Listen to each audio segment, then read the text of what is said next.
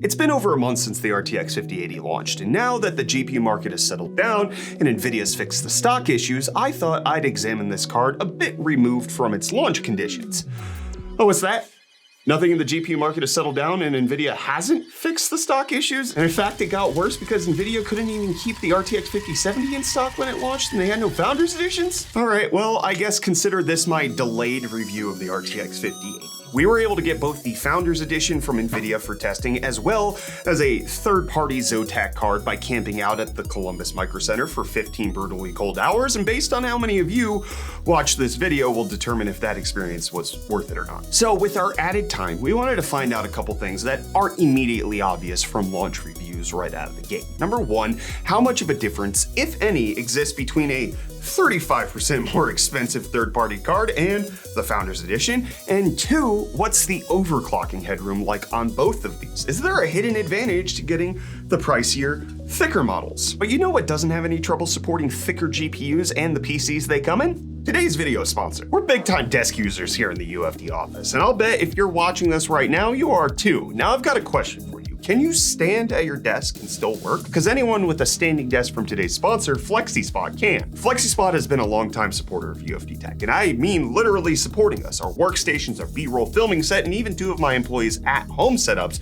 are on FlexiSpot desks. Well, most of you probably aren't using your E7 standing desk as a filming location. The 355-pound capacity and 22.8-inch to 48.4-inch height range makes it perfect for our filming needs. The super spacious 72 by 30-inch desktop we went with also offers plenty of space to work with. In a home office space, it's equally as convenient to be able to give your neck and back a break by standing while you work. The E7's dual motor system and rigid steel frame make for an extremely stable and smooth experience. Across all variations of height, the E7 refuses to wobble, and the motion is so smooth I can raise and lower the desk with this precariously placed graphics card staying perfectly still. On top of FlexiSpot delivering an all-around fantastic standing desk with the E7, they also offer a 15-year warranty and a 30-day risk-free return service. So whether you keep your desk for a decade or decide it's just not for you after a few days of use, FlexiSpot's got your back. And speaking of your back, and legs even, FlexiSpot also makes awesome treadmills and walking pads. Pairing an E7 standing desk with the FlexiSpot auto incline walking treadmill completely changes how you can spend time at your desk. Being able to walk while you work is a game changer for those who spend a majority of their time at a desk.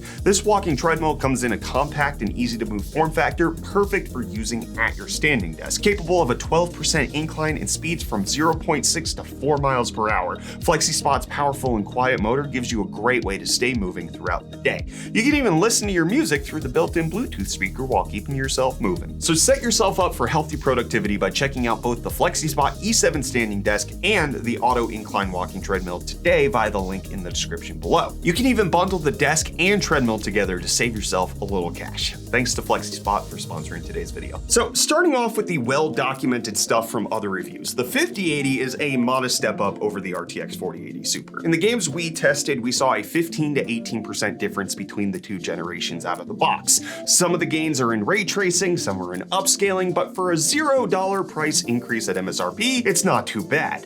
The best thing was that the 1% and 0.1% lows are roughly 5% closer to the average FPS on the 5080, making the gaming experience smoother. It's not hitting 4090 levels like many people wanted, but it is more performance for no more money until you get to third-party cards. Enter the Zotac card here. This doodle cost me $13.50 bones before tax, a 35% price increase for some beautiful RGB implementation, more girthy heatsink, and extra strain on the PCI Express slot from all that sag. The 3.5 slot is decisively giving you more raw material for your money, but what about performance? Does it step up over the Founders Edition in gaming? Well, yes it does. Starting with our 1440p testing without ray tracing, we saw that the Founders Edition averaged 121 FPS in our testing, while the Zotac got 124.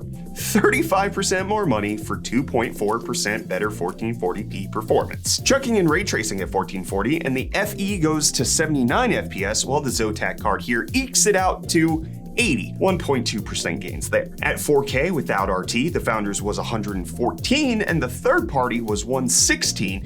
And once you chuck in ray tracing, you go from 62 on the NVIDIA card to 64 on the other. On average, across all tests, the Zotac Amp Extreme Infinity overclocked card managed to pull ahead of the Founders Edition by just 1.5% in frame rate. That's with the Zotac starting at 2.84 GHz clock and the Founders being at 2.73 GHz, a 4% clock speed increase for 1.5% gains while drawing 3.7% more power and costing 35% more. So to answer question 1, there's basically no difference between a Founders card and a third-party one on out-of-the-box settings. But let's move on to question 2. Overclocking headroom, especially since the Zotac card is literally named overclocked. One would hope that the GPU clock speed had some extra oomph and headroom, and it does. We managed to push the Amp Extreme Infinity up another 370 megahertz on the core frequency to 3.21 gigahertz and up another gigahertz on the memory clock, accounting for over a 13% overclocking gain in terms of raw frequency. In terms of performance improvements, as we saw in the first comparisons, clock speed differences don't seem to account for that much of gaming frame rate increases. So the Zotac card only managed to get about 7% better performance when overclocked versus its stock settings, with power draw actually only increasing mildly. At 1440 no RT, our average went from 124 to 128. 1440 with RT moved from 80 to 86. 4K no RT started at 116 and popped up to 125, and 4K ray tracing saw a mild improvement from 64 FPS to 68. All respectable, free performance. Your mileage may vary since overclocking can vary from card to card, but a 7% bump for tweaking a few sliders isn't a bad deal. Well, that is if you forget about the Founders card, because that also overclocked well.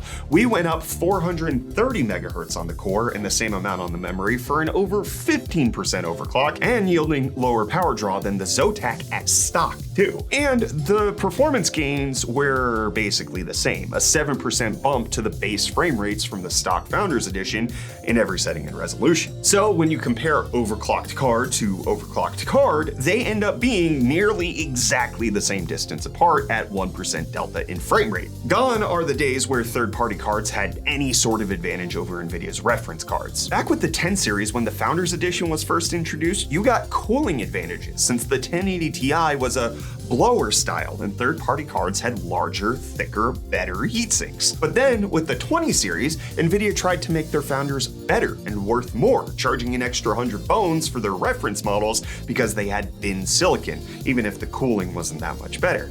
But since then, NVIDIA has mostly tried to release Founders cards that are at parity with the market out there. The 3090 was hilarious at the time with its triple slot heatsink, but now the 5080 and 5090 are hilarious with their shrunken 2-slotter. Part of this journey feels like NVIDIA's trying to squeeze their partner companies out of the market. Reports are that the profit margins on these third-party ones are not great since NVIDIA's charging them a lot to use the GPU core. And then NVIDIA's designing cards and coolers that match if not beat the other options out on the market by size and now price. This is $999 and this is $1350. Now, obviously, this conversation is only relevant in a world where there is ample stock. If you had the choice of getting Founders or Zotac's card, but in reality, you don't have choices. You have opportunities to buy if it's in stock, at least right now in March of 2025. But if you're in the future, and these cards are easily available, ultimately, you'll have to decide if an RGB strip and 75% more heatsink size is worth an extra $350 to you. Or maybe, the market's just going to decide your fate for you.